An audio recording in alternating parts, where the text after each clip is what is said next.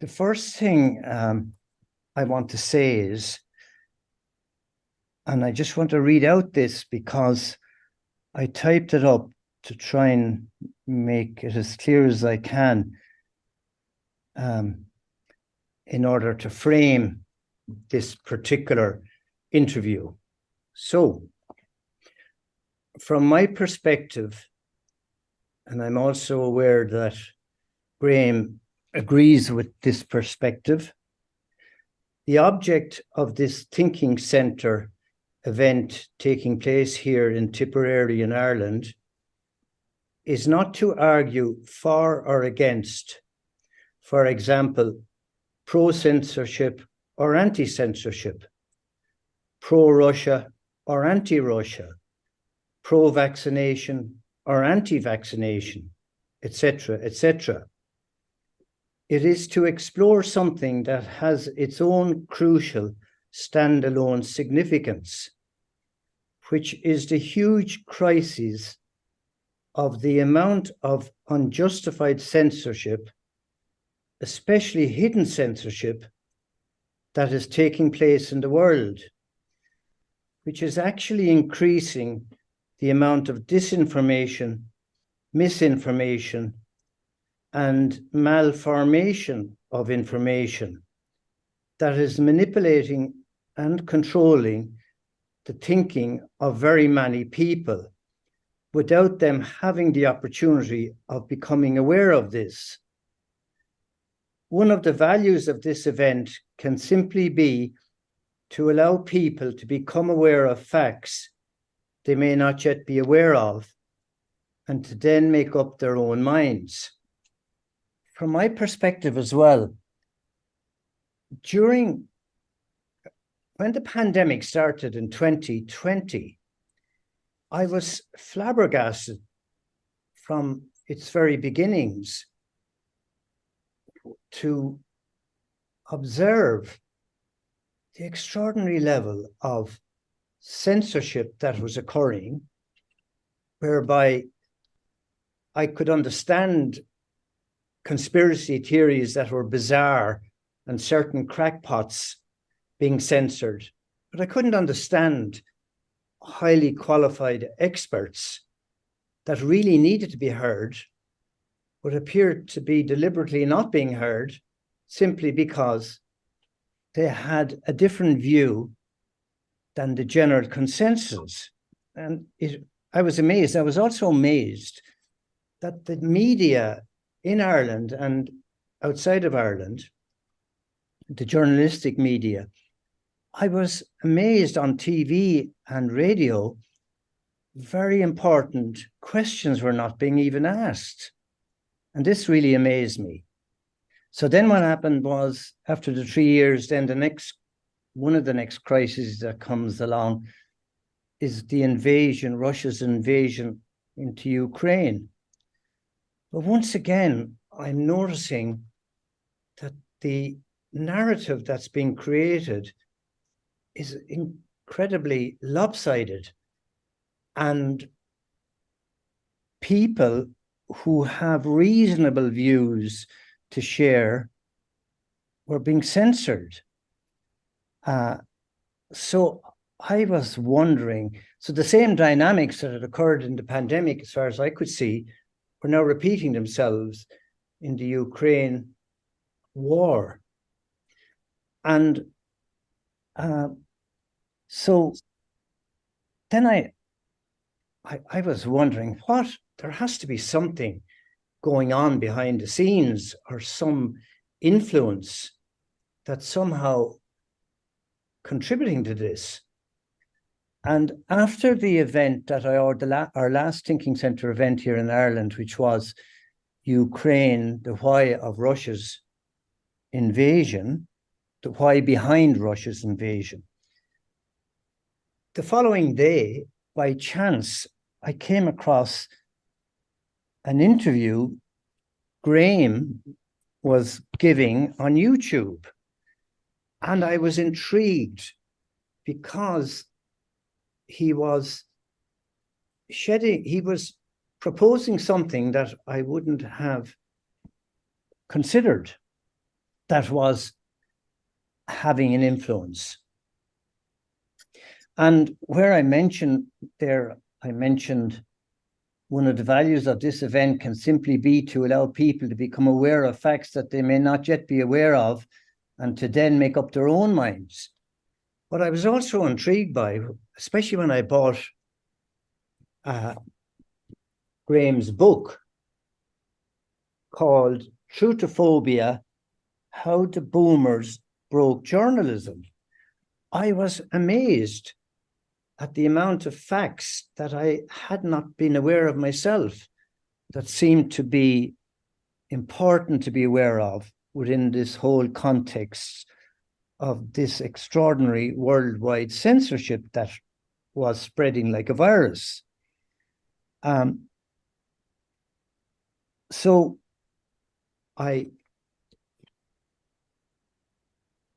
can't stress strongly enough that Graham's book is really, really an important book in my view. It's not that I'm suggesting it's the be all of everything and totally explains everything. But what it does do is it shares an awful lot of really important facts that are obviously relevant to the whole exploration into this issue of censorship. And he also has a very original idea about what's at work. So I just want to then read out a short piece to give you an introduction to Graham. Dr. Graham Majin is the author of the recent, very insightful book, Truthophobia: How the Boomers Broke Journalism. He worked as a broadcast journalist and senior producer for more than 20 years, and 14 of those years was at BBC News. His inside knowledge gives him a unique insight into how journalists think and how news is produced. He is the author of magazine articles, academic papers, and book chapters on the subject of how the concept of journalistic truth has changed over time. Currently, he is senior lecturer in documentary at Bournemouth University in the UK. He lives in Dorset in the sunny south coast of England. So to start Graham into this, sharing some of his ideas, what I'd like to ask you, Graham, to start with is, you make this distinction between Victorian liberal journalism and boomer idealism journalism. And maybe to start with, you might just say some things about that, because it was a new concept for me to have heard when I read your book. Yeah, sure. Well, Eddie, thank you so much for that very kind and generous introduction.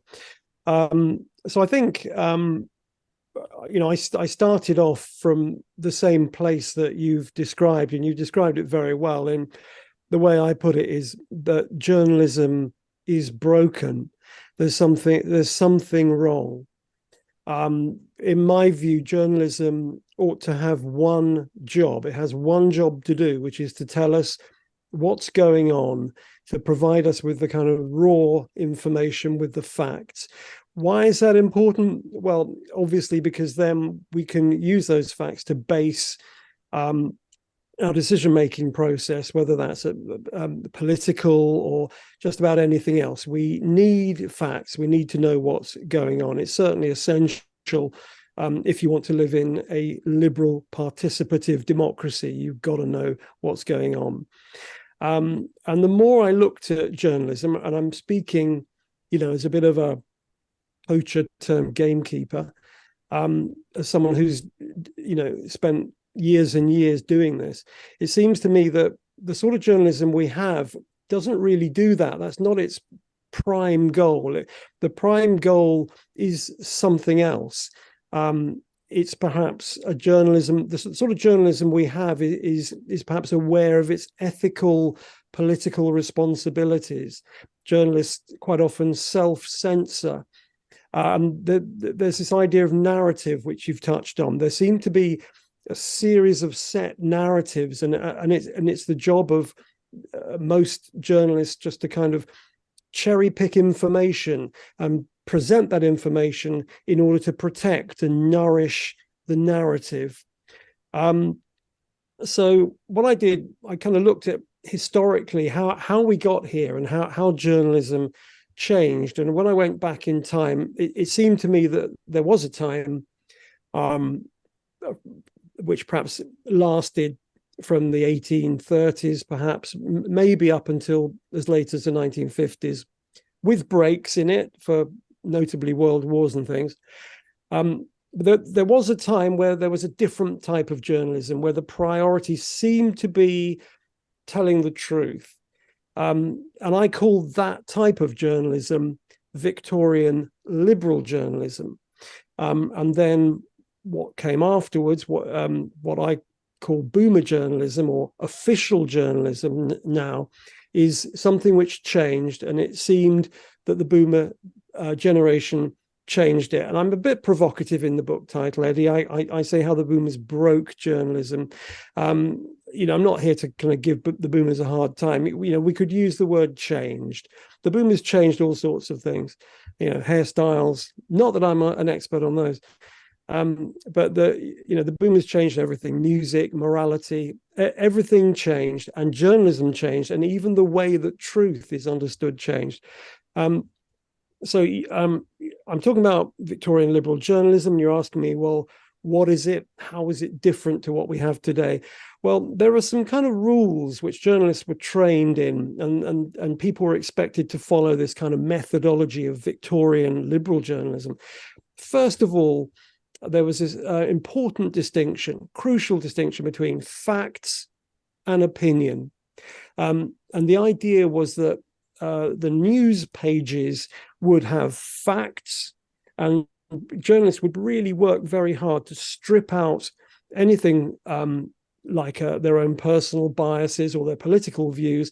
They were supposed to be objective or impartial. That does not mean that Victorian liberal journalism was neutral. Far from it. It was often very, very opinionated and political. But the idea was that you would find all the opinion on the editorial or the leader pages. So there's this distinction between facts, who, what, when, where, how. And on the editorial pages, you get why, which was a completely different type of question. And so what's changed, I think, is pretty much that the idea that journalism should keep this firewall between facts and opinion seems to have gone, and it's been replaced with what I call narrative, ethical, political narratives. You mentioned something about the kind of idealistic nature of the boomers. We can certainly talk about that, because I tried to work out, why did this change take place? And I think very briefly, I think the baby boomer generation, which grew up after the Second World War, they grew up in conditions of affluence and what seemed to be ever increasing prosperity, things that they kind of took for granted, and they look back at the world of their parents and grandparents as one of war and poverty and mistakes, and they hated anything Victorian, and they wanted something better.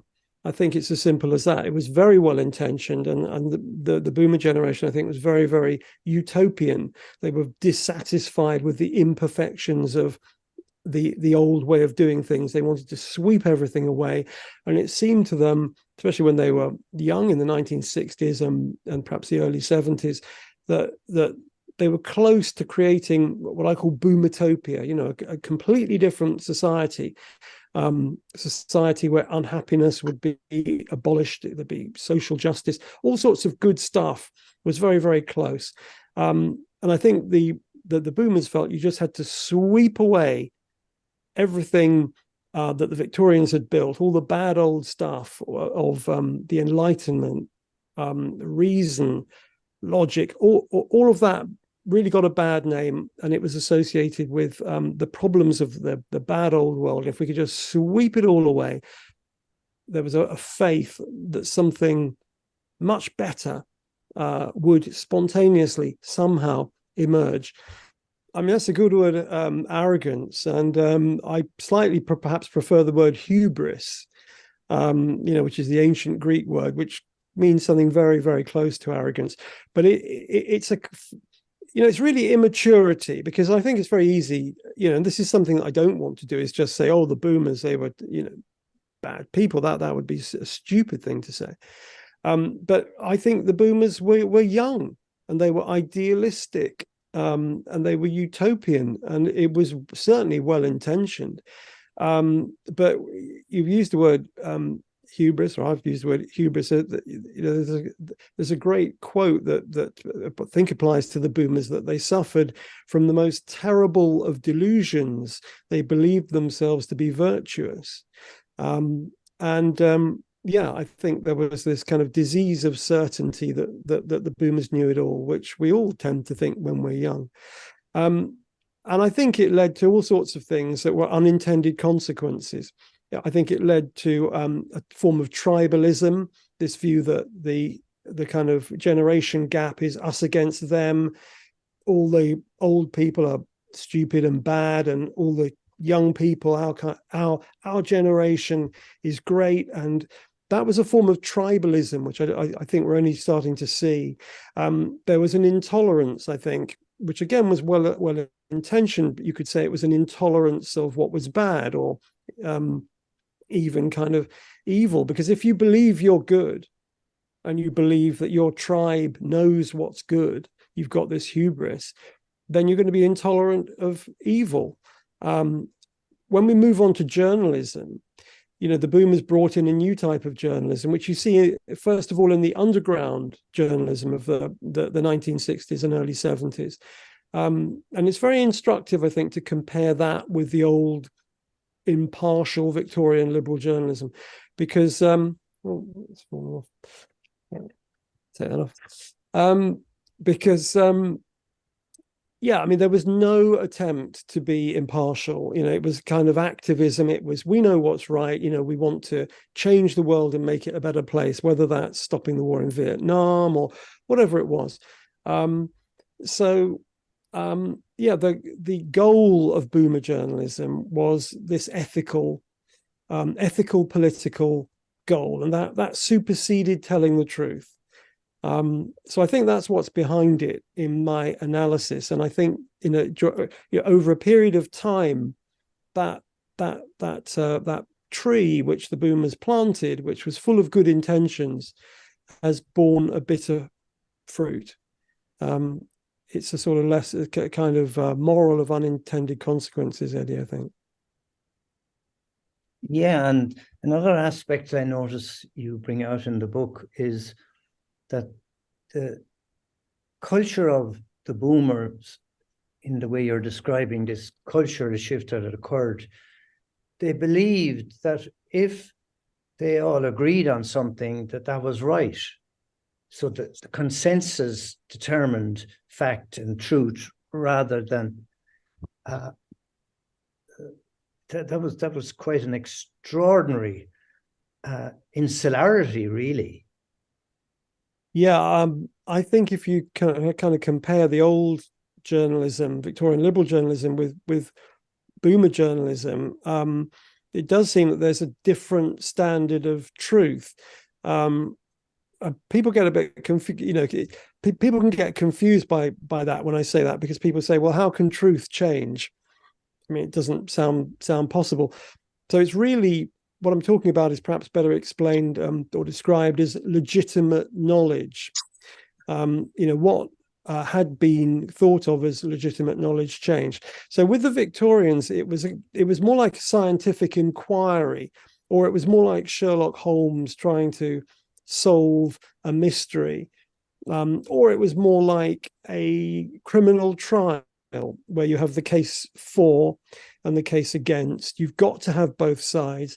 The facts have got to be accurate, but you've got to have this impartiality. And what I mean by that is you've got to hear the whole truth, not just part of the truth. That's the original origin of the word in English, of partial and impartial.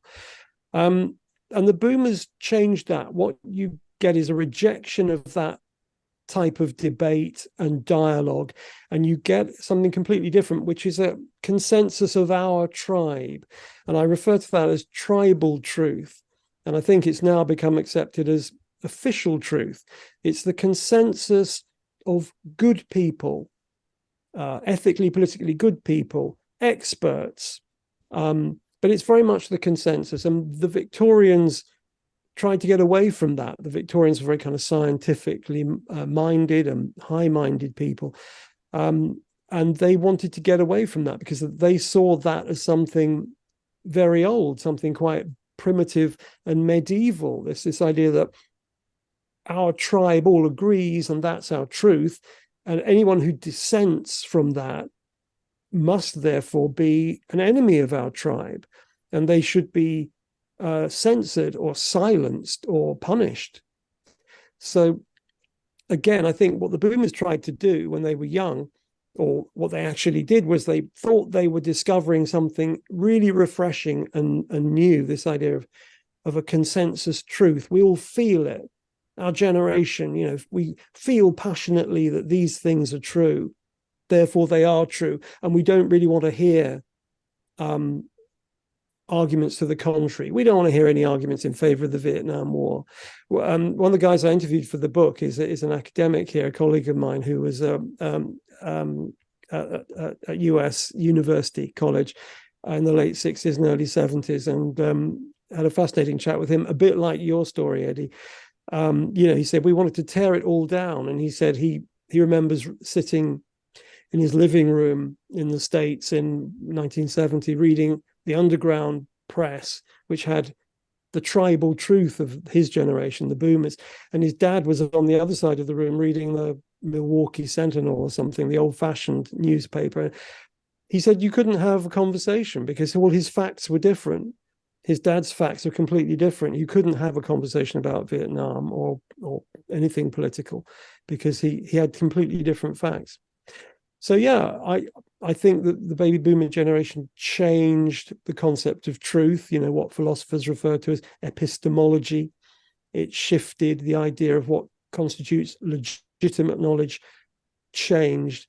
And that's causing us problems now because we have inherited from the baby boomers in journalism and in politics and in general ideology that, of our societies, this idea that what is true is a consensus of the kind of elite or the good. And you mentioned COVID as a kind of case study. And dissent from that is bad.